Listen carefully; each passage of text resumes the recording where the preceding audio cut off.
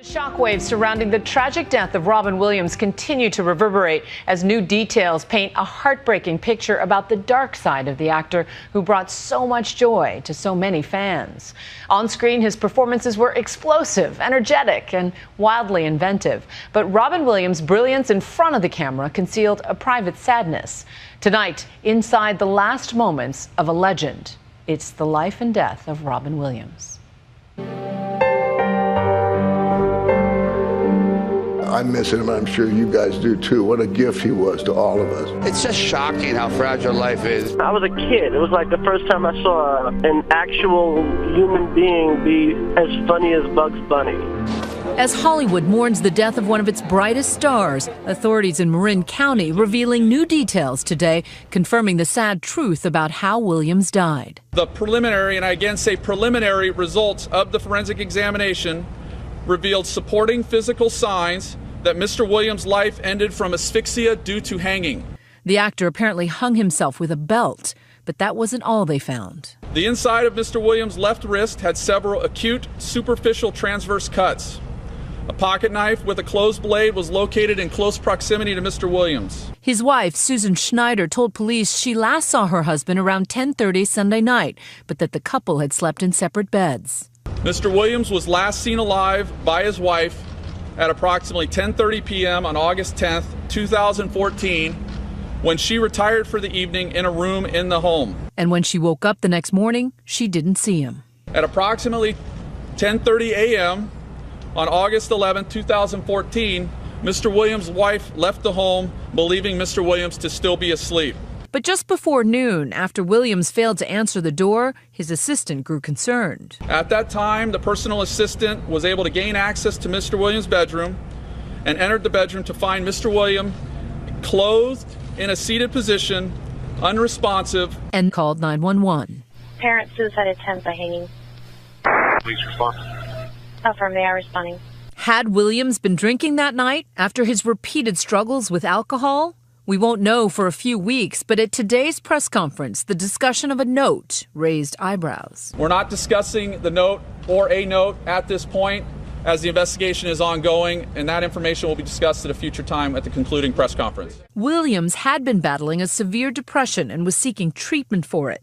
It's a disease millions suffer from, as many as 1 in every 10 Americans. And I think the reason that we misunderstand depression so much is that you can't show me depression on an x-ray. You can't show me a quart of depression. To the outside world, Williams was the hilarious... Ladies, how about this? Instead of breast implants, speakers. Wouldn't that be cool?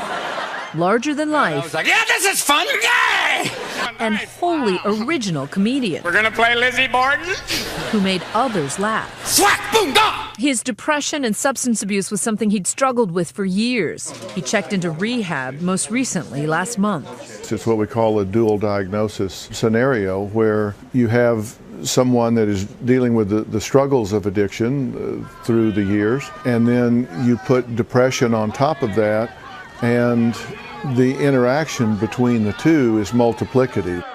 Take care, kids. I'm on my way to Dublin. He was brutally honest about his fight for sobriety, both in his stand-up routine. Because you see, as an alcoholic, you will violate your standards quicker than you could lower them. And in candid interviews, like this one with Diane Sawyer in 2006, after he got out of a stint in rehab. Was there one moment that you fell into it again? Was it one day? No, it's very gradual. You're standing at a precipice and you look down. There's a voice, and it's a little quiet voice that goes, jump. It's the same voice. The same voice that goes, just one. There's a voice that goes, jump. And the idea of just one. How hard was it to talk to your kids, your wife? It's hard admitting it, and then once you've done that, it's real easy. Trying to keep up the pretense, and they know.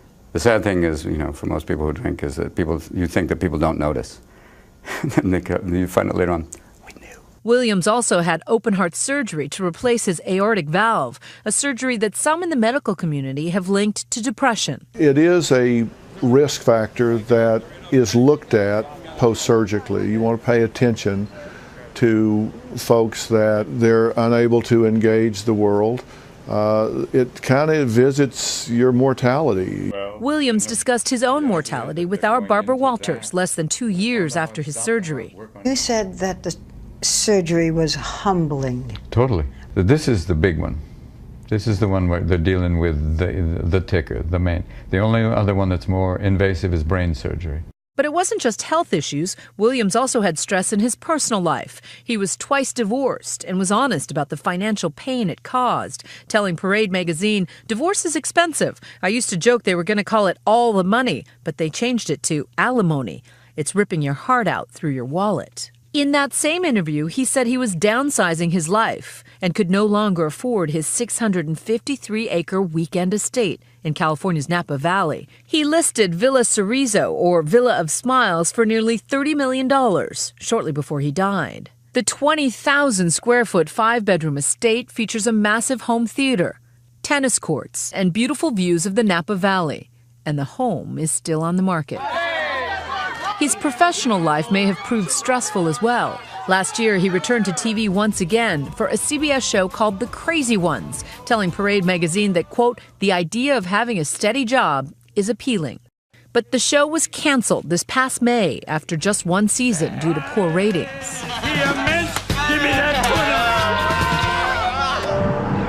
Robin Williams spent his final days in Marin County, just outside San Francisco, where the huge star was a seemingly regular guy. You know, he really was nice to all the neighbors. Really appreciated his kindness. I loved his sense of humor. I loved the spontaneity of his life. An avid cyclist, Williams had almost 100 bikes in his collection. He just loved cycling. I mean, it was his outlet. He took them to this repair shop. The owner, Tony Tom, was Williams' close friend and biking partner. So, you know, we'll all miss him. Tony says biking gave Williams some peace and tranquility. He came shortly after John Belushi passed away from a drug overdose. And he needed some kind of an outlet. He said, "Tony, you know, cycling saved my life." And he said, "You know, biking is a whole lot better for you than cocaine." But the legendary comedian and movie star was also known for championing the underdogs. Oh, look, it's showtime! Using his star power to bring attention to issues like homelessness in movies like The Fisher King. One more thing. Never take your eye off the ball! Even testifying on Capitol Hill about the issue. I've seen firsthand how homelessness affects children. And his lasting work with the USO, lifting the spirits of almost 90,000 servicemen and women stationed overseas. But I come here for you, because I believe you're a man. And across the country, landmarks that Williams made famous over the course of his storied career are now memorials. That bench in Boston from Good Will Hunting. You move, Chief. Now surrounded by tributes written in chalk. That movie launched the careers of two unknowns, Ben Affleck and Matt Damon, and earned all 3 Oscars. Today, Affleck shared his heartfelt emotions. He made Matt and my dreams come true. What do you owe a guy who does that? Everything. Judging from the tributes of fans from all over the world, almost everyone felt they owed a lot to Robin Williams. You don't know about real loss, because that only occurs when you love something more than you love yourself. In the end, perhaps Williams loved making his fans happy more than he loved himself. But his loss is ours as well.